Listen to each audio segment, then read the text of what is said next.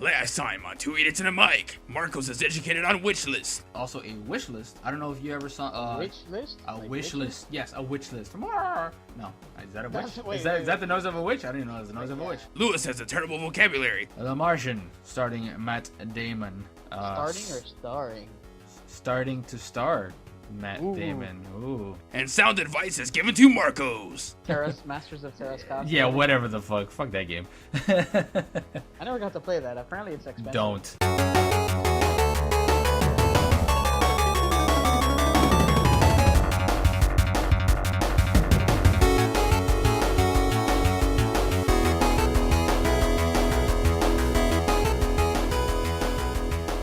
Hello, everybody from Internet Land. Welcome to another episode of Two Idiots and a Mic. My name is Lewis.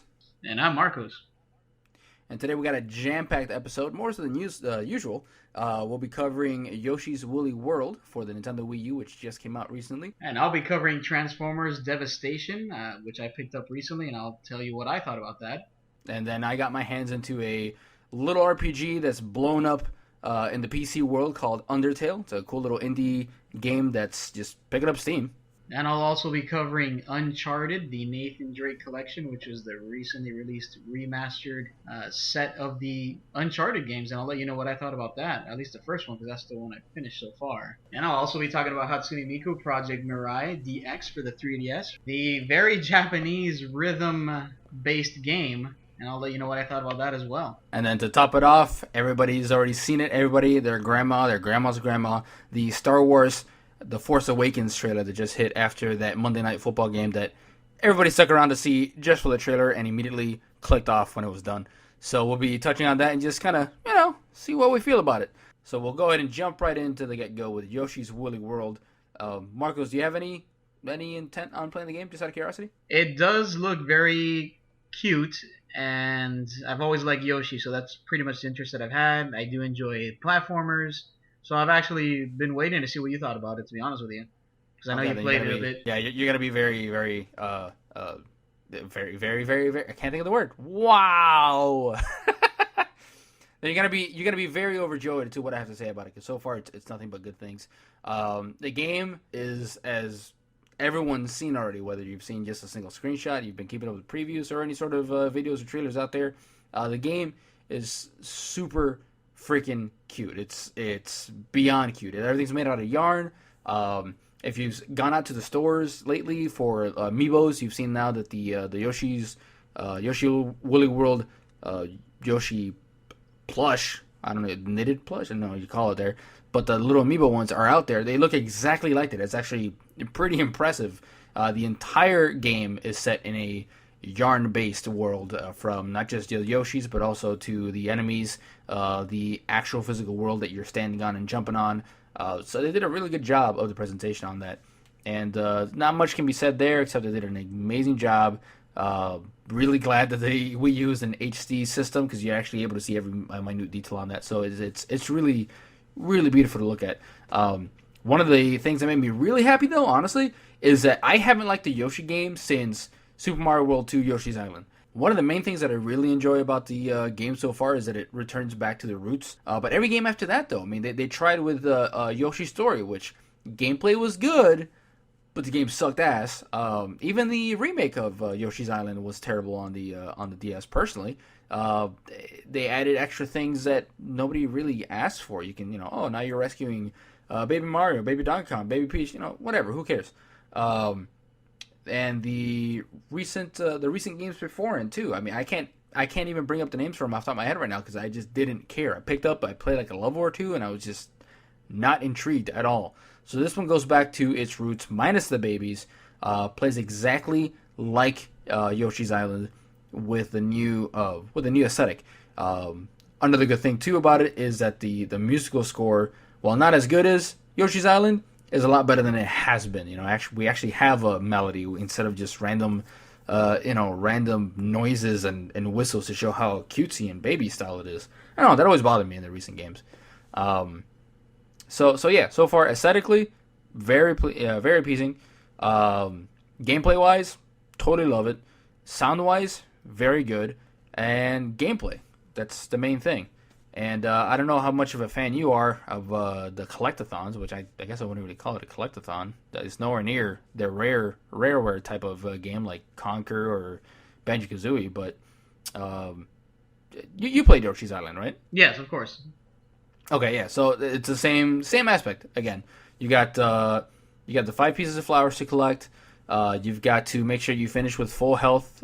This case, 20 hearts. I think it was the same with Yoshi's Island actually. Instead of 5 red coins, you got 5 pieces of yarn to collect. Instead of picking up coins, you're actually picking up these little gems, and within each gems, you're liable to find up to 20 stamps per stage. And yeah, that's your pretty much your gameplay element, man. You can if you played in a Yoshi game before, you can jump and flutter. You can do the butt stomps. You can swallow bad guys, press down, turn them into eggs. So you can then throw to destroy enemies. You can throw to unravel certain things in the world into yarn. So like if you see this outline of a box in the air, you throw your ball of yarn towards it. It unravels to show that, hey, this is actually a hidden platform. Or you can unravel. You see a little piece of yarn sticking out of a wall. If you lick it open, you unravel the wall to show the secret area. So it's really cool as far as gameplay wise. It feels like a good old school platformer, while still staying to the aesthetics that you see, to kind of keep you immersed in what the game is. So I'm really happy about that. So what does the actual yarn do? You said that the gameplay is pretty much similar to the older Yoshi games and everything. So does the yarn add anything really to the gameplay, or just more of the aesthetic, like you mentioned? Oh, like I said, it's more the aesthetic and more of the little tweaks of how the game conveys that world with the gameplay. Like I said, you're gonna. But it's not like you're gonna be swinging on yarn or some crazy crap or anything like that, right? Or well, I mean, like any new mechanics that deal with the yarn as far as like traversing the map or the level. I haven't come across anything like that so far. I've only done the first 2 worlds, but the only thing I've seen as far as like actually implementing the yarn to either swinging or anything, it's more of contextual based. When you in older Yoshi games, when you swallow a bad guy, you press down, you get an egg. Here, instead of getting an egg, you actually get you turn into a ball of yarn. You unravel the enemy, and then it comes out into a ball of yarn, and you can use that to create, like I said, create items that you see. So hey, that's that square over there is going to give you a platform. That line up there that actually grows, a vine for you to climb up, or a set of stairs. It re-ravels itself, if you will, into whatever you see on the, oh my god, my vocabulary today sucks. It re-ravels itself to create whatever platform that you see that you need, and then also is unraveling the secrets. And instead of walking into invisible walls, you actually see this little piece of yarn. You can pull it, and it unravels to show you the secret area. They are still invisible walls, but there's things like that.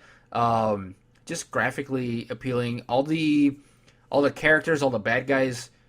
It's hard to explain unless you see it, I guess. But you playing as many games as you have, good games that take the aesthetic, that take the environment into consideration to all their actions. Every bad guy, all their move sets and all their actions and all their attacks are yarn based, in some way, shape, or form, with the exception of the shy guys that throw actual exploding fire bombs at you, which is kind of dark for a game, Those guys.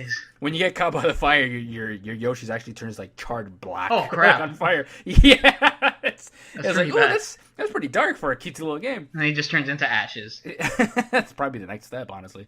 But besides that, I mean, it's more about very, very well conveying the fact that this is a yarn world, and everything works by that rule. That this is yarn world. Everything's gonna move and react and be like a piece of yarn, a piece of fabric, if you will. So I mean, that alone is just awesome. What's the purpose? What is Yoshi doing? Well, like everything. Yeah, like everything else, Mario, someone gets kidnapped and you gotta go rescue him. Long story short, this time around, it's Kamek, the Magic Koopa, comes down and pretty much says, "Hey guys, sorry to bother you, but I need to unravel you all and capture you all because I really need all the yarn available for whatever the hell I'm planning on doing." So he flies down to Yoshi's Island, or Yoshi's World, or whatever you want to call it now, zaps a whole bunch of Yoshis, turns them into balls of yarn, puts them in a sack, and flies away. leaving 2 Yoshis who hid away, which are going to be the players, because you can do 2-player co-op, and now you got to go follow Kamek and rescue up all the yarn balls. I can't tell if he's actually throwing the yarn balls out in stages to stop the Yoshis come to get him, or if they're accidentally falling out. Doesn't really matter, but doesn't really make sense. But who cares? It's a Mario game. It is what it is. And that's pretty much the whole purpose. When you pick up the 5 pieces of yarn in each stage, you're actually collecting pieces of Yoshis. You put them back together when you find all 5 pieces, and at the end of the stage, you go back to the overworld, and it's like, hey, you put back together, Pizza Yoshi, and it's like a red and Pizza Yoshi. For example, it's like a yellow Yoshi with like red dots on it. I get it. It's pepperoni. For example.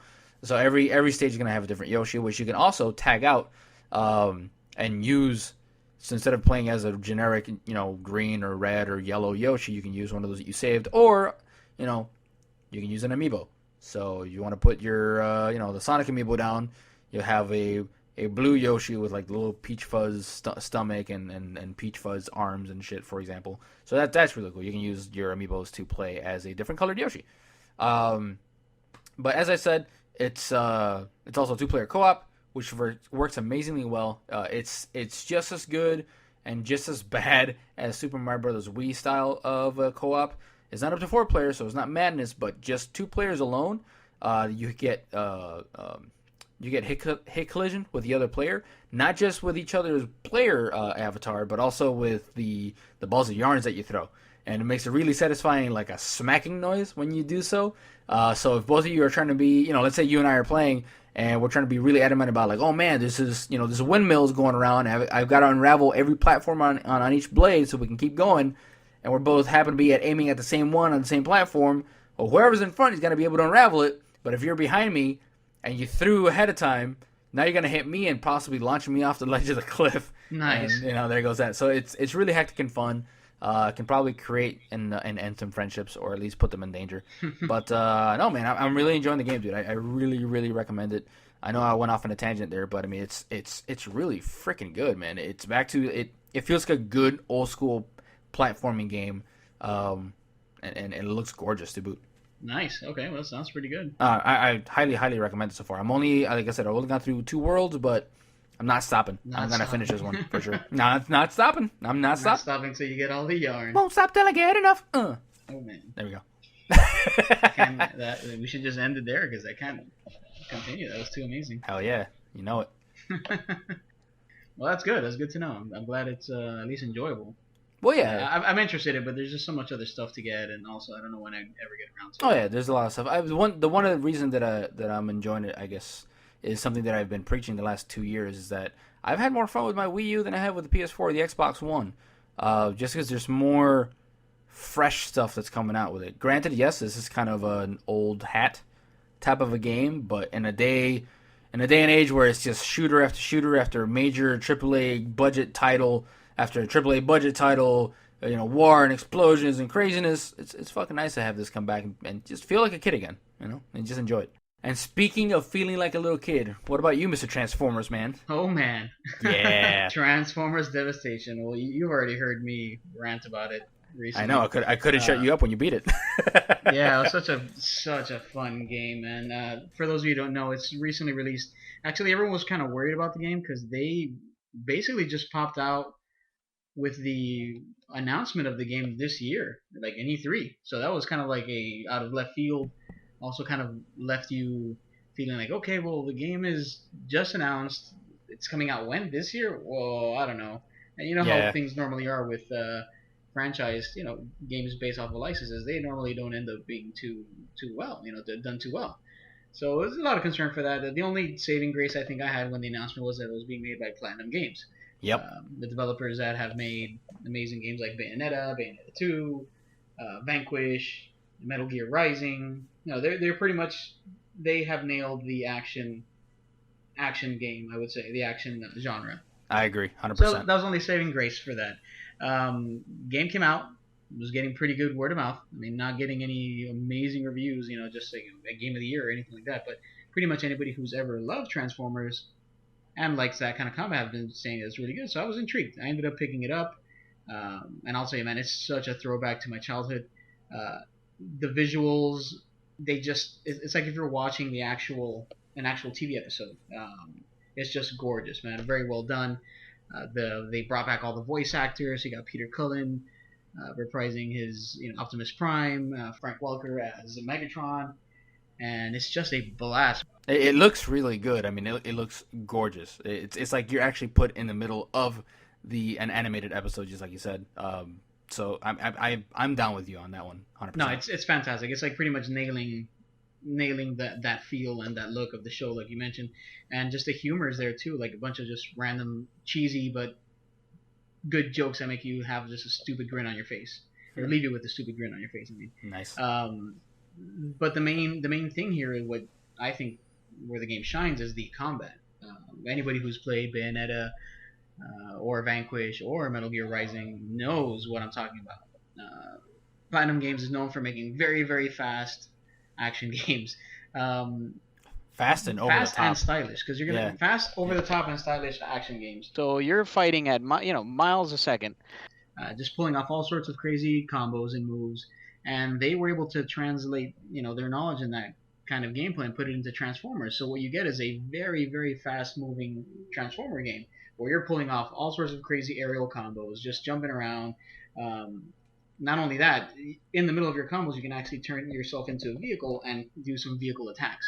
So you'll be punch kicking, using your weapons, and then suddenly you'll get an icon on the screen telling you to press the R1 button to then transform into a vehicle and then do an attack with the vehicle, like literally like ram into the enemy or do a flip and smack them with your car. You land back down. It's just so much fun.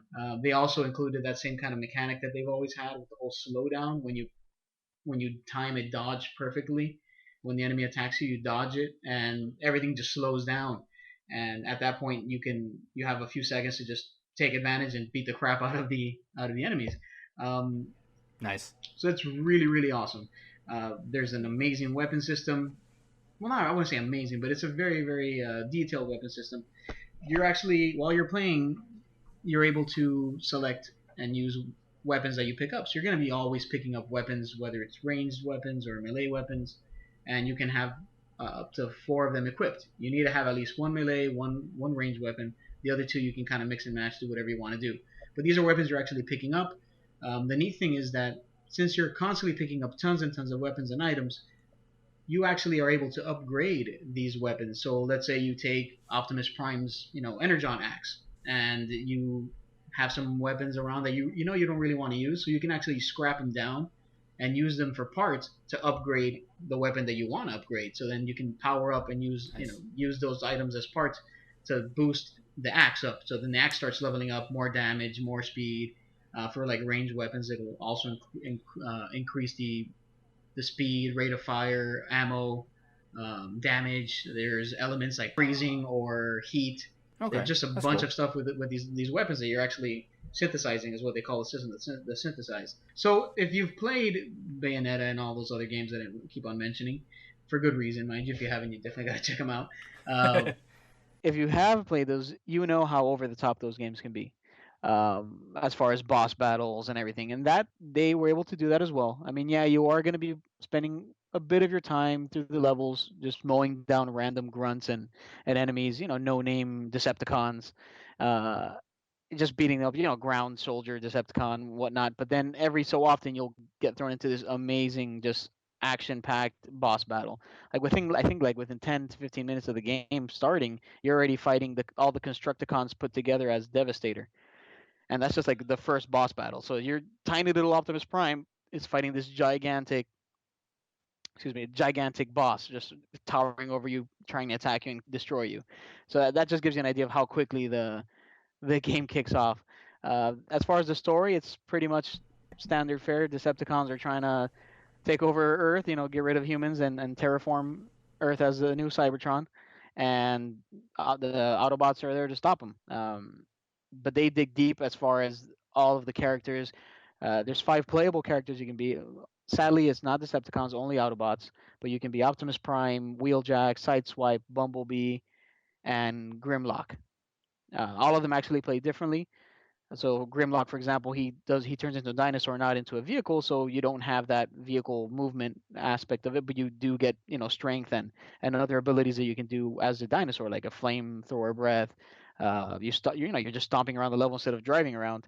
Um, as far as the Decepticons, though, they go all out. You have Starscream, you have Megatron, you have Soundwave, Shockwave, uh, Menacer, Constructicons, the Insecticons, all the cons are All of the cons. Every con you can imagine, the cons are there. it's such a good time, man. That's the thing. It's such a fun game. If you remotely like Yeah, and Transformers, that's and I think, not to cut you off there, but I think that's the funny thing too, is I guess we have this ideal of what we remember of the Transformers, and everything, like you said in the beginning, everything about the game is pretty much perfectly modeled as the show, and yet all the combat, all the action is I don't know if you've sat back and seen any of the original episodes at all anytime within the last few years, but none of that is representative of what the Transformers actually do in the show, which is kind of cool. It's endearing to kind of bring that up and just kind of put it in today's standard of, hey, you know what? Transformers are awesome. Let's make them be as awesome as we remember them. absolutely no, and that they go all out. Like you feel like a badass after finishing the story, and after each boss battle, it's just fast paced, just great. They have great music, which actually the soundtrack. It's I don't they weren't able to get any of the songs or anything from the actual series. They replaced it with like a very metal, you know, metal sounding soundtrack, and it's fast paced. You get into it, so you're bobbing your head. You're going with the visuals. You're into the combat, so it works well. It's just kind of sad that they didn't bring more audio from the actual series. Uh, Yeah. I mean, thankfully they had like I think the entire cast come back though and reprise their roles for all the different robots. So that's pretty freaking cool. And as far as Transformer games go, I think this is probably the most enjoyable one so far. I know the Cybertron ones were a lot of fun. The Cybertron games that were released in the last few years were pretty good. They were pretty fun, but this one just puts them to shame, man. Just the combat, the nailing the look, the feel, the sound of the show. I think in that aspect, it just topples the other games. To be honest with you. No, yeah, no, I bet. I know. I remember you told me like, man, Cybertron. What the hell is a Cybertron? Fuck those games. Yeah. But I think the game. It's sad to hear. It's sad to hear about the soundtrack. I would have loved to have known that they put some of the old songs in there, especially from the Transformers animated movies. Imagine hearing that freaking amazing '80s rock of the "Nothing's gonna stand in our way." That would have been amazing. That would have been amazing. As you're like beating away fucking robots. They dude. do have some pretty good rock. They do have some good rock songs there, but they're just like they're not from the show or the movie I or know. anything. They're good though. Like you do enjoy them. It fits in with what you're seeing on screen. That's cool. That's cool. At least there's that. So then with you, it's a definite must buy then, huh? For me, yeah, man. I mean, I love Transformers since I was growing up, and man, my parents would always buy me all the robots. I had Optimus Prime, I had everybody, and loved the show. I mean, the rest of the series okay, but Generation One is always like my favorite by far, and this nailed it. Just Right. completely nailed it. I recommend it. If you like action titles, recommend it. I mean, if you've liked any of Platinum Games' previous stuff, like Bayonetta 2, Vanquish, or Metal Gear Rising, definitely get it. And if you like Transformers, this is probably the closest you'll get to, uh, a game reaching its actual counterpart as far as like a franchise or Yeah. anything like that. Yeah, and a franchise license title that's treated very well. Because if anybody's going to do it justice, it's going to be Platinum Games. And honestly, that's probably the only reason why I'm jumping into it. I mean, I'm a Transformers fan. I never consider myself a hardcore Transformers fan, but who isn't a Transformers fan? And to know that Platinum Games has got that caliber of quality in there, that's going to suck me in already as it is. And when it comes to caliber, you typically always think of these big teams like Platinum Games, but the next game I'm going to be touching on is Undertale, which was, for all that we mainly know, was mostly worked on by one person and one person alone. This game is called Undertale. It's on PC and Steam to download. Created by a guy named Toby Fox. He had some help artistically by some other people out there, but the majority of the coding, the sound work, the musical score, which the game has an amazing musical soundtrack. It's all by Toby Fox, but it's personally for me, it's the hidden gem of the year, and I dare say it's actually my top 3 games of this year. And say what you will. I mean, I'm not even an RPG fan. You know I'm not an RPG fan, man. Like, by far. It takes a unique combat system and a story to suck me in. It's got to have those two minimum to draw me in. And by battle system, I don't mean RPG fans out there here, oh, he likes a good battle system. No, I don't mean like a crazy, totally full-fledged battle system with what's the word I'm looking for? What's the thing when you need to find multiple items and you got to drag them together and you put them together and it creates you a secondary weapon or another piece of armor. Like synthesizing? Yeah, synthesizing, things like that. Yeah, exactly. It's no synthesizing, Like crafting, none of that shit. I mean, the battle system is just straightforward. It's here's a bad guy. You have these options to beat him up in, and depending on what you do is your outcome, and you move on.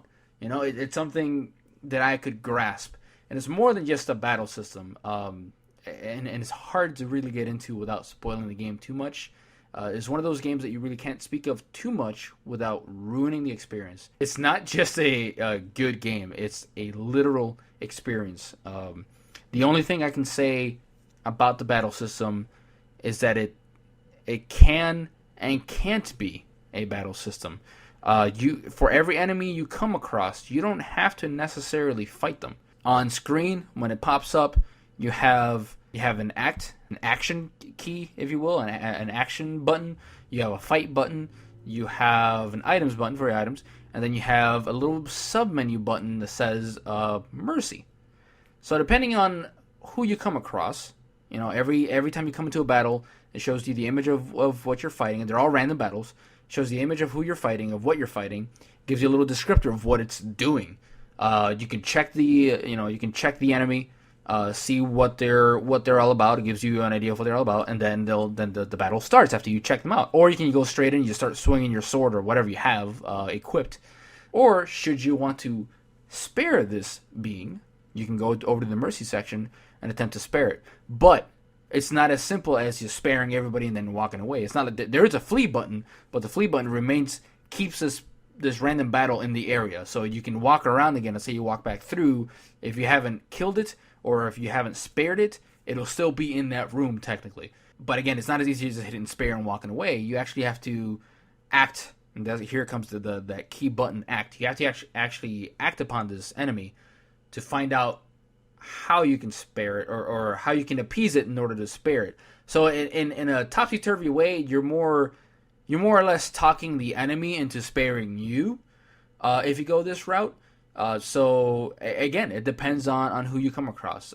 Everything is interconnected through some woven story. So even the enemies have a story to tell.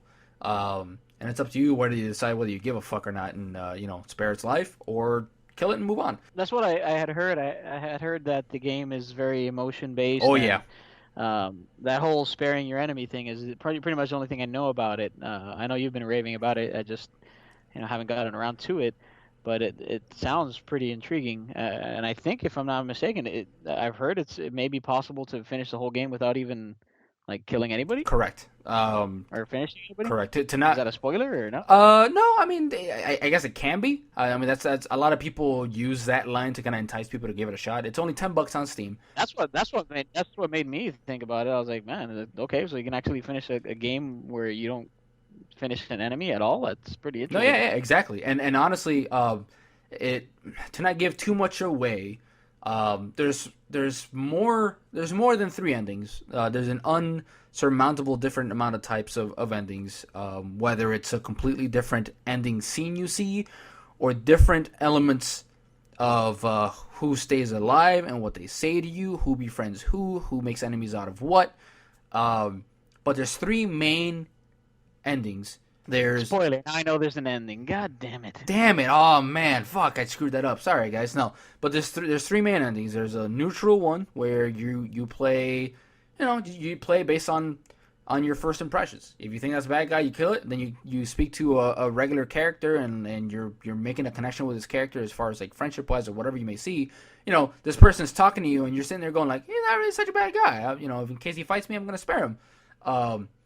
So you kill and don't kill. That's called a neutral playthrough. There's the pacifist mode, which you find the way to not kill a single person ever. And then there's the completely dark mode called a Kill genocide. everybody. A genocide run is what it's called. A genocide run. I'll leave it at that. I don't want to say too much. That must be the happy, peaceful one. you just go around, you go killing everybody with a smile. Actually, it's a cool thing too. The Toby Fox, he did a really good job of conveying the character to not be either really male or female. When you look at the character's face, it's like very, very neutral. Do you know if it's a she? Is it a he? Who knows? Okay, cool. That's pretty. Yeah, good. I know you don't. Does your character even have a name at all? So no name. I'm guessing it's just yourself. You can. It prompts you at the start of the game to put down a name. So yes, there's a name you can put in. So it really makes it like this character is you, which is great. I know it's a thing a lot lately now in the game industry where a lot of people like to connect with their character. A lot of people don't like it when you can't change your character to be male or female. So on and so forth. So this was nice for Toby Fox to consider. Yeah, I mean it's just an amazing experience all around. There was a lot that was thought of in that aspect, not just with your own character, not just with how you can go about it, but you can create. It's so hard to put into words, but you can create friendships within the game, and it's hard to say too much without spoiling it. And finally, the last thing I'll say is that the game knows your every move to a point that it's eerie. One example that I'll give for those of you who have played Animal Crossing, if you've ever resetted the game without saving, and then you boot back up and you get greeted by little guys named Resetty. Yeah. He knows you reset the game. He's gonna scold you for it. Take that little example. So Mr. Resetti's in this game? God. Yeah, dude, he makes a cameo. No. Take that. Take what you know of that and just expand it across an entire RPG, and think of all the crazy consequences that can come out of that. Should you play God in this game? And I'll leave that little seed planted there for you. But definitely play it. Yeah, definitely play it. $10 on Steam right now. Support good games. They started off as a Kickstarter. It went to, I think it took 3 years to create, and here we go. This is a subject of the creation of love of somebody wanted to make the game that they wanted to make, and they conveyed it perfectly. So give credit where it's due. Go buy the damn game. I'll have to check it out when I get some free time. For sure. Speaking of free time that you don't have, why are you playing old games? I don't play old games. The old games play me. Oh, snap. That was deep. Very deep. Hashtag deep. But, no, old games. What Lewis is referring to is I picked up Uncharted Nathan Drake Collection. The Uncharted series has always been one of my favorite, if not my favorite, Sony, franchise. But the game is fantastic, just as before, man. I've only so far finished the first one, which is Uncharted Drake's Fortune. But, man, it's hard to believe, with such a good job they did on the remaster here, it's hard to believe this game came out in 2007. That's how old this thing is. I know. It's just as fantastic as before. Visually, it's gotten a huge upgrade. I mean, it's not going to look like Metal Gear Solid 5 or anything that you're getting now, freshly developed games. But, man, they came back and they put a nice coat of polish on this game. And what made it stand out mostly for me, the fact that even after so many years, the game is just as fun. The gameplay holds up perfectly. It looks, like I said, it looks fantastic. You got your amazing cast. Everything that you love from it is there. Nothing really was taken away. You got new trophies now that you can try to obtain if that's your thing. But it's just, what was shocking to me is just how well it holds up and just how much fun it is even to this day. For those of you who know, Uncharted is kind of like an Indiana Jones / Tomb Raider type story setting. You got your guy Nathan Drake. He's I guess maybe a thief, not a thief, but he's pretty much an adventurer. He's like looking for treasure, looking for the big payoff, pretty much. In the first game, it opens up. He's looking for the remains of an ancestor of his that supposedly was onto something, onto something big. I don't want to go into exactly what it is, just in case you haven't played it, even though it's been so many years. And if you haven't, you suck, because you need to go out and get it right now and play it. And this is the perfect opportunity. And I've been craving actually to play them again, and this was just perfect timing. And on a side note, this kind of pisses me off for the God of War 3 remaster, because although I didn't play that, but it just like, man, why wouldn't you package all three like they did with Uncharted? Like I thought that was like a totally missed opportunity, but this is just Yeah. a great deal to get all three games bundled, remastered. They've got a nice coat of polish on them. The only thing they are lacking the Vita games, or the Vita game, which is what is it, Golden Abyss? Yeah. Yeah, Yeah. Golden Abyss is missing, which was a good game. If you're interested, definitely pick up that one for the Vita, but it wasn't included in the bundle. I'm not sure if it was a budget issue, time issue. I don't know what the decision was beyond that. That would have been an added bonus, but it does include the three main games, just in time for March's release of Uncharted 4. I blew through the first game. Like I got it, I think on a like a Friday, and I ended up blowing through the game, very very quickly, uh, which was just I had so much fun with it. I'll probably jump into part two a little bit later on the line, and if the remastered look at part one was any hint, man, I cannot wait to see how good two and three look after with that Yeah. extra coat of polish, man. Because Yeah. Two was my personal favorite. yeah, this series has it all. At least for me, it's got the humor, it's got the action, it's got the amazing dialogue, amazing banter between the characters, lovable characters. You fall in love with the whole cast, even the villains. And it's just a blast, man. If you haven't played it, you got to check it out. Now it's out there. It's been remastered. You can pop it and buy it on PS4, play it right before the new one that comes out next year, and trust me, you will not regret it. I'll probably pop in again once I finish number two, whenever that is. I kind of want to do one game and then play some other stuff in between. Do the next one, play some other stuff, and then do the last one. That's kind of like my goal right now, so I don't unchart myself. Chart myself. Whoa, whoa! But it's a blast, man. I mean, I don't want to go too much into it. It's a game that's been out for a while. All three games have been out for quite some time, so there's not really much else to say about them that hasn't been said, except that you need to play them if you enjoy just fun action stories. It's like watching a movie, man. Like this is a game that your significant other or your friend or somebody can be sitting next to you and probably enjoy it just as much just by watching you play, because of those amazing cinematic qualities that the game has, the voice acting, everything is just on point. Yep. Yep. Even to this day, I agree with everything you said. I do have a quick question, not to linger on this. Did they fix any of the control issues with like switching between weapons and all that everybody hated about the first one, or do you not remember? You still have the weapon with the D-pad. You switch your weapons with the D-pad, and I never had any problems with it, man. I mean, I know some of the aiming was a little bit off in the first game, which I guess I could tell that. Controls are a little wonky. I mean, Drake controls pretty much exactly as he did before.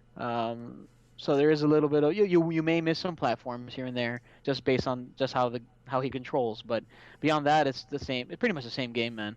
Okay, I wasn't sure. I know with a lot of remasters they tried to, quote unquote, fix certain issues that people didn't like about the previous iterations, and as opposed to how they fixed it with the later games and so on and so forth. So that was just a question I had. I didn't have any issues myself personally. So when I heard people on the internet and then personal friends of mine also say that, hey, control scheme in one sucked, I was like, really? Okay. So I figured I'd throw that out there for internet land. Yeah, it's the same game. It just looks a lot nicer. But I mean, if you liked them then, you'll like them now. If you haven't played them, you'll like them if you try them. So Yeah. I recommend it. Yeah, if you haven't played them, what's wrong with you? God, get off of this podcast. Jesus. All right, those of you cool people, thanks for sticking around. But anyway, are they gone? on, Okay, let's keep going. Right. finally, gosh. The next game I'll talk about is also gonna be another short one. There's really not much to talk about it, but it's Hatsune Miku, Project Mirai DX. Probably I'm missing some other words. I have no idea. It's freaking Japanese as fuck. It's kawaii. It's totally kawaii as fuck. It is such a cute game. If you like rhythm games or music games, you should look into the series, regardless of the fact that I think it's fun enough for someone who may not be into the whole Japanese culture or the whole anime or all that stuff. They might still find enjoyment in it just based on the gameplay, because the music sounds good, man. I mean, it's Vocaloid music, which for those is pretty much what computer generated singers, computer right? generated. Yep, If I'm not computer mistaken. generated singers, vocals. So everything. Not a single human works on creating the vocals. At least not physically, anyway. So people obviously did work on the program to be able to put words through it. But I mean, as far as like, there's no actual human vocals coming out of any of these songs. It's like what I think 5 different characters, which makes 5 different. It's about four or 5 characters. You can play as, you can pick whichever you want. From what I noticed, there's a lot of extra side crap that I personally don't care about. Like you can when you first start out the game, you pick a partner, like one of the Vocaloids, whichever one you like the best, I guess, and then that's your partner, and then you can pick where you want to hang out with them and what kind of style apartment. Welcome to Hatsune Miku. Yep, that's all it is. Yeah, like you can do all this crap that I don't care about, though. That's the thing.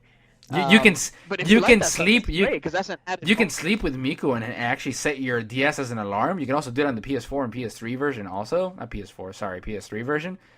I did not know that. Let me say Yeah, you can set an alarm and actually keep the system thereby, so then when the alarm goes off, you and Miku wake up together. Oh, kawaii desu. Yeah, no. Awesome. Cannot wait. No, but the game, like, it has all that other stuff. I mean, I really didn't delve too much into it because, again, it's not my thing. Right. I just went for this because of the music game, and I've been looking for something to pick up and play, and I haven't played a good rhythm music game in a while.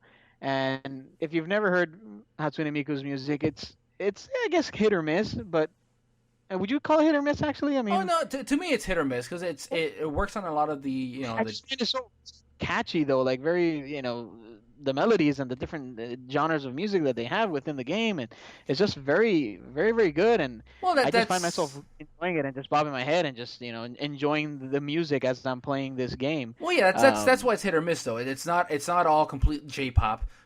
It does a lot of their songs do revert back to the Japanese music scale. Certain things that you typically only audibly hear in Japanese music, and that's where it may turn people who aren't open into anime or any sort of other part of Japanese culture. Yeah, that's the thing. The visuals. For those of you that have played Hatsune Miku games, I mean, I've played a couple, the first 2 ones. Well, not the first 2. I don't even know what versions they are, but the 2 that came out on the Vita last year. Yep. And those were fun. Visual wise, this is the first time the series comes out on the DS in the US or in the States or North America, whatever. And the visuals are different. This is, while you'll have more of a futuristic kind of look for the Vita games, the Project Diva series, this one kind of reverts it back to that whole cutesy, chibi, deformed character. So pretty much like a small miniaturized version of your characters are there. Big head, small, stumpy body. Very, very cute looking, and that's what we're saying is it's very Japanese in that aspect. Like visually, some of the music kind of definitely might fall into that category as well. If you can get past that, you'll find a very fun, addictive game, very catchy. Just the music is fantastic. I think there's about 40 songs, different control methods as well. While the Project Diva games, if I'm not mistaken, were button pressed, if I remember correctly, like you're pressing the buttons while you're correct. while you're playing, kind of like Itaruman or what other game? I mean, I'm missing one, but kind of like that. You'll see you'll follow along the screen. You'll see the buttons appearing on the line or the track, I guess, and you got to time the button press with what's on the screen. So you got your little marker, and it's about to hover over the A button, for example. You got to tap it right at the right time to get the best score. You want to keep up the combo, not get any misses, not miss any notes. You want to get all the notes. Try to get the highest score. That's the point of the game. You're enjoying the music. You're playing a rhythm game. You're trying to achieve the best score. You finish it. Maybe once you master that difficulty, you'll amp it up to the next one and to the next one. As you're progressing, as your skills get better, you're kind of replaying. This game has a lot of replay value. As I mentioned, there's the touch controls. The button controls. There's also a touch control, which is I've played both. I'm kind of torn. I really can't say which one I prefer the most so far. Touch controls, kind of the same concept. So you'll have the track moving, your cursor going on the notes, but then now you got to take your stylus and actually tap the touch screen when the cursor hits the note at the right moment. They throw in also some slides, so you'll be sliding your stylus to the left, to the right, up or down when those icons come on the screen. There's going to be some icons where you have to hold the button or the stylus down if you're pressing touch mode. Just they kind of throw it up. The harder you go, the more buttons, the more different kind of intricate combos or different things they ask you to do while you're playing. But man, it's just fun, man. It's just a fun pick up and play game. If you like good music, enjoy weird Japanese stuff, and if you like kawaii things, definitely look into Hatsune Miku. I like it a lot. I'm enjoying it. Yeah, I'm definitely enjoying it. it's definitely gonna be my pick up and play, and just spend a few minutes here and there, and maybe better my scores, things like that. So it's very Nice. enjoyable. Yeah. Nope. I agree. I like any and all Hatsune Miku games just for the game section of it alone. I don't care about the extra little fluff. It's a little too kawaii for me. I mean, hey, to each their own, but it's not me. I will say this though. I don't know if have you played Final Fantasy Theater in the middle or no? Okay. Yes, I did. I think that might have been one of the games I wanted to mention as well. Like as far as similar, because the touch aspect is kind of similar in a way because you're going to be tapping, doing things like that. But yeah, Final Fantasy Theater Rhythm is also a very I was going to suggest that to you. I wasn't sure if you had your DS during that time or not. So, but cool. All right, so that covers all of that, and I guess finally we can finish this off. We can finish off this myriad of games with what everybody else got huge boners for this week, and that's for Mr. That's Mr. Star Wars: The Force Awakens. Yeah, so pretty much the most recent trailer was released this Monday. It was a catch though. You had to watch football to get to it. Monday Night Football, which for those of you that like football, which I enjoy it from time to time as well, it's not that big of a deal. But for those of you that don't really care for sports, yes, you were kind of forced to at least jump in around the halftime, or at least know when halftime was appearing, to then stay tuned for whenever they decided to play the trailer during the ad break or whatever it was. I didn't even watch. I ended up just waiting because I knew minutes later it was going to be online. So not even minutes. Waiting. Yeah. So they unveiled the latest trailer about 2 minutes and 30 something seconds, and holy crap, lots of feels and lots of interesting. I felt like the trailer revealed a lot, but also didn't. Like they gave a lot away, but still holding a lot back. Here's the thing, though, because my friends, my wife, I don't know about you, they were all like at the edge of their seats, and like, oh, I can't wait to see this trailer to keep unraveling more of the story. So I know, like, doesn't that defeat the purpose of being excited to watch a movie? To watch the movie unravel before your eyes? Why you gotta try and nitpick away from it? Who the fuck cares? Who cares? Well, I think it's more like it's like something you love, so you want to know all about it. I mean, yeah, some people like to just go in blind, but everyone knew that this stuff is gonna start coming out. And me, like, I don't go out of my way to research all the spoilers, but like I'm okay with watching a trailer here and there, because I know they may not, they probably won't give away that much. And it just hypes you up more. Yeah, but I mean, pretty much the things that were revealed in the trailer, I kind of felt like I already had a feeling that's what it was. Right, anyways. but I mean, what's the fun in like, oh, let's look at the trailer now, let's figure out what all this meant. Like, who fucking cares? The trailer's there for you to get you rock hard or wet if you're of the other, genitalia mentality or whatever. Yeah. Species? You're gonna say species? But the other species. The Oh man. man. But yeah, whatever floated your boat. That's all it is to get you just hyped up for it. You don't have to sit down and. Well, I know, yeah. I mean, I'm not gonna go out of my way and like start taking stills from every like second. But dude, everybody out there was, man. It's insane. Like, oh, that at one point that dude had the robot hand, so that's got to be Luke or that. I think Finn is a Jedi. No, Finn can't be a Jedi. Look how he holds the saber. It's all wacky. Who? Oh man. I saw one of the pictures that were like determining that it's a Mandalorian place, so Boba Fett, because they saw his insignias, the Mandalorian insignia on one of the walls or some crap, and just a bunch of stuff. But people, this is what they love. That's what they're gonna do. I don't really care because I'm not really being spoiled. Let people spoil themselves or waste their time. I'm gonna watch the movie. I already bought my ticket before the trailer came out. And which, by the way, that's been ridiculous from what I hear. Like the pre-orders or the pre-sale on these tickets. I got a buddy who works at an AMC. He says it's been bonkers ever since. He's like sold out so many theaters for that Thursday night showing. It's insane. So many rooms have been sold out. That'd be crazy, man. Because I'm sure people are gonna show up anyways, try to get tickets anyways. I mean, I don't know. My friends were kind of just trying to decide where to go or what to do, and I'm like, look, like this is my 2 cents. This is what I would want to do, what I wouldn't want to do. But you know what? I'm excited to go see it with all my friends. So you guys figure it out. I just let them figure it out and just tell me who I need. Right, exactly. That's pretty much it after. Let them figure it out and just get that over with, and that's it. I mean, I got our ticket for the 17th, I think. So we're watching it, I think, at 10:30. The night before, Josh was the one that set up the group. He actually had a Facebook group and everything. We have about like 20 plus people going to this thing, and he set up everything. He fought the online lines, if you will, to make sure that he was able to get all the tickets that he needed. He was afraid he wasn't going to be able to because they were maybe going to flag him as a scalper or something. But no, he was able to get him after a long, grueling fight with, bombarded servers. Taking like 10 minutes to buy a single batch of tickets. But, hey, it is what it is. It's Star Wars, man, and the trailer was good. It revealed quite a few things, I think. A couple things that got relayed to us. Showed more of Finn, which is the character who was a stormtrooper. I guess he defects. He kind of had a little. I don't remember. I'd have to watch it again right now, actually, to fucking remember the exact words. Let me cut that out. I guess you edit that out. I don't know. What should we talk about then? Like, I don't know. It's some of the things that people picked up on the trailer. We see Finn again, which did he defect from the stormtroopers, the new stormtroopers? Like, he was raised believing something, and now he has nothing to fight for. I think is what he says in the trailer, if I'm not mistaken, or something along those lines. So it looks like he does defect or something happens.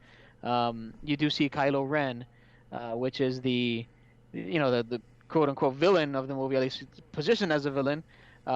He actually was the one who collected Darth Vader's charred, helmet, and it has it there, and he's like talking to the helmet, saying, "Oh, I'm going to finish what we started or what you started," and that's also intriguing as well because he's obviously collecting or he's kind of reviving that Darth Vader. I don't even know what would we call it. I don't even know how to word this. Reviving Darth Vader's will, if you will. Yeah, reviving Darth Vader's will. Ha! Oh man, that was terrible. But yeah, he's essentially just bringing that back. Who knows what? That's the thing. Like that's what I'm saying. Like they revealed a bit, but we still don't know much of what's going on. The poster was also unveiled. It looks freaking gorgeous. There's a Star Killer, or what they call the Star Killer. It looks like another like modified Death Star in the background of the poster. So everyone's kind of thinking about that because the trailer showed Kylo Ren in like some kind of command post or some crap and some kind of space vehicle and red light. So everyone thinks that's what's shooting and destroying the planet. I'm gonna be so pissed off if it's Death Star 3.0, dude. Seriously, like, come on. I mean, yeah, I'm sure it's some kind of version of it. I wouldn't be surprised. Another cool thing was seeing Han Solo. Man, whenever Han Solo comes on, that's what gets me, man. Because that was my favorite character. Him and Chewie and R2-D2 are my favorite Star Wars characters. So whenever they come on, it's just, oh man, just the feels. It punches me right in the feels. And there's a scene where Rey and Finn are there, and they're kind of talking about like, hey, we've heard stories about what happened, and Han Solo, if you remember in the original trilogy, he was kind of like, I don't believe in any of this shit, Yep. like I don't, wizardry or Jedi mind tricks, Yeah. There's no mystical energy field that controls my destiny. It's all a bunch of tricks and nonsense. And now in the trailer, he's just like, it's true, all of it. Yeah, I know. Like the Jedi. They're all fucking real. Yeah, I've seen some shit, man. I've seen this. Shit's happened, man. But that's pretty cool to see. Somebody change that. And then I think there's a scene of him hugging, or consoling a very sad-looking Leia. Carrie Fisher. She's kind of like, Carrie Fisher, kind of crying on his shoulder. So that was interesting. I don't know if that's when they first see each other. I don't know. We don't know. That's the thing. But we don't know. Here's my speculation. Luke dies. I don't know. People are saying that not to expect Luke for much of the movie. Well, here's why. Here's why. Everybody likes to make speculations. Well, here's one bit of speculation. Look at the movie poster. Nowhere on that movie poster is but I think Luke they're kind of hiding his look though. Like I think unless they go the route of like Obi-Wan Kenobi, for the first one, something like that. But I don't know. From what I understand, he's not going to make an appearance until maybe the last act. And maybe he'll be a more of an important role in the other two films. But sir, he's high up on the top billing on the cast listing, so he's not on the poster, and yet he is top billing on the. Oh, of course. So how the hell would you not pay him? There's a rule set as to how billing works on posters. Typically, the top paid actors come first, and then you go to those who have the most screen time or most relevant to the screen time. So Mark Hamill's relevance is high, yet he's not going to have a lot of screen time. So something major is going to happen. That's what I'm saying, though. Like I feel like he may just be in the last portion of the movie, like show up at the last act or something, and then he'll have a bigger role in the other two films. I don't know. Like that's what I think may happen. My speculation is that either Luke dies, or Luke has this huge like crazy regret after killing off Daddy Vader, and he kind of It'd be defects. cool if he's like a bad guy too. Yeah, that's my speculation, That'd man. be interesting. That's my speculation. If he's gone to the dark side, that'd be an amazing twist. Yeah. Like towards the end, reveal that, and then hey, now we got a pretty crazy villain that we thought was good. I think that'd be fantastic. But we also, I think there was a rumor also that Rey, the girl, the scavenger that you see in the beginning of the trailer, wearing like the bandana or whatnot, and has BB-8, little gorgeous looking cute soccer ball robot. That her and Kylo Ren are actually siblings, and that they're actually the children of Han Solo and Leia. That was one of the rumors floating on a while back, so I don't know if there's any truth to that. That'd be pretty cool too, I think, like if Rey is related to this guy Kylo Ren. From what I understand, Kylo Ren's not a Sith.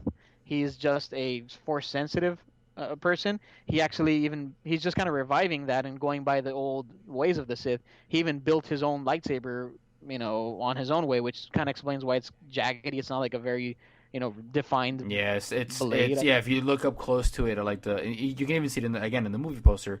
It's not super refined. The edges, there is no refined. Yeah, there is no refined edges. It's like it's all sparking and firing. If you pay attention to any of the trailers, both the teaser trailers and the current one, whenever he actually unsheaths his saber or activates his saber, whatever word you want to use for it, it's like a strong and deep, like disturbed boom. It's like weird. Yeah, it's crazy, man. So something tells me he's not an actual Sith.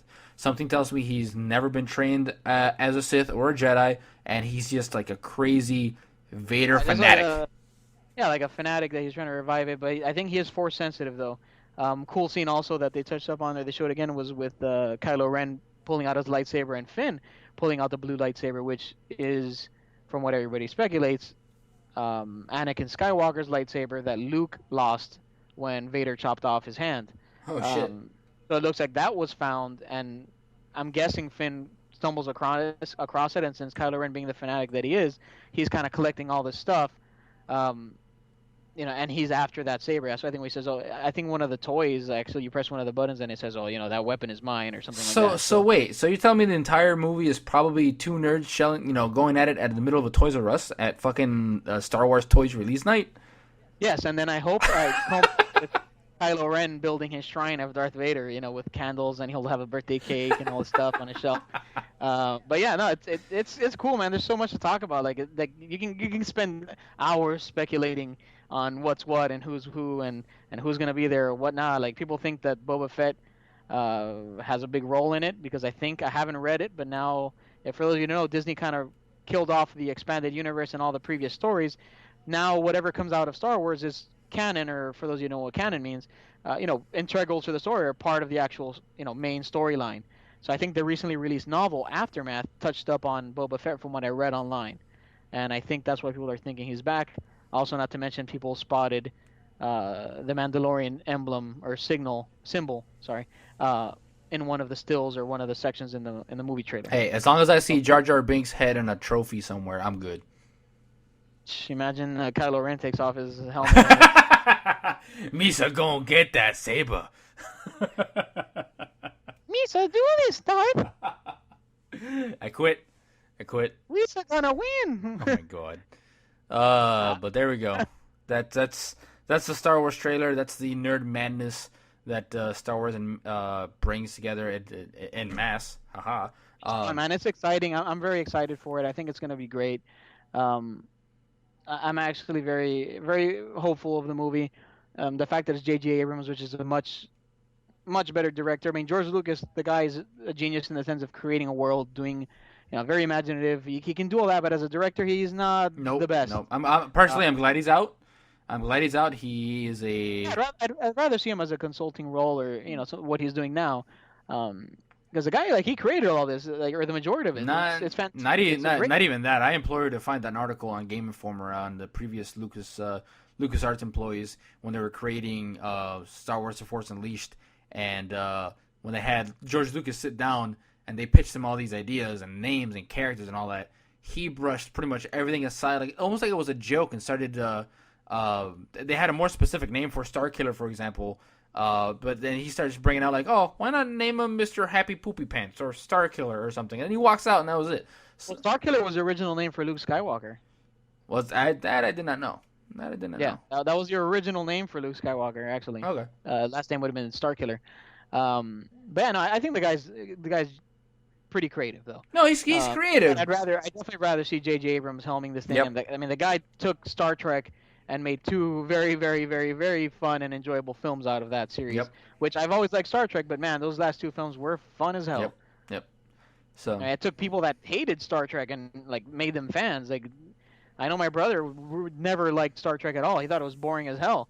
He watched the films and he loved them. Yeah. Like, he had such a great time with them. no, I agree. I've never been a big Star Trek fan. Not that I hated it. It's just like, it wasn't for me. I enjoyed Next Generation. That's about all I got into. But yeah, the movies were very, very enjoyable by J.J. Abrams. So, but I have high hopes for it just for the fact that Lucas is gone. I'm happy to see somebody else take the helm and not be completely. That's another thing. George Lucas was very controlling, and seems he didn't have very many people helping him out. He just had a whole bunch of yes men. Whenever you pitch something, people were like, "Yeah, definitely, yes, George Lucas. We'll put that in the movie right away. Yes, it sounds like a great idea." So it's good to have the reins taken away from him personally. You know, he's made a lot of money. The motherfucker can retire. He'll be fine. So yeah. So that's exciting. I'm excited. December can't come sooner. Yep, exactly. And that's that. That's everything for this episode of Two Idiots and a Mic. Let us know what you think. If you're hearing us on YouTube, why don't you go ahead and like and subscribe, and give us a little comment down at the bottom. If you're listening to us on the iTunes, or if you're listening to us on the website. If you're on iTunes, give us a good rating. If you're on the website, keep coming back and share share us. Give us a like on Facebook. Say share. If you like what you hear, then tell your friends. People, they might like what we talk about. Mm-hmm. I mean, I don't know. We don't even like what we talk about, but maybe somebody does. I mean, I don't like my own voice, but that's neither here or there. So I hate it. But I hate but that's pretty much it for next time. We'll be coming back and talking about Legend of Zelda Triforce Heroes for the 3DS, plus some other things that we decided to come up with at the last minute, like we usually run these episodes. But we have fun doing it. That's what matters. We have fun doing it. Hopefully, you guys enjoy listening in. And I'm excited to get some Zelda time. Oh yeah, and three player Zelda. Or And it's 3-player Zelda without requiring us to be within 5 feet of each other and stupid cables tethered to each other. So I'm excited about that too. So there's that. I'm excited about the loot system and crafting. We're not crafting. I'm sorry, picking up items and all that stuff. But we'll get into that. I just want to play with friends. But till next time, guys, that's Two Idiots and a Mic. Thanks for joining us. My name is Lewis. And I'm Marcos. We'll catch you around. See you guys later.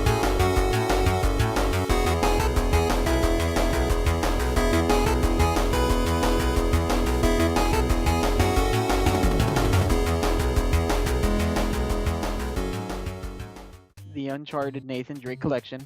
The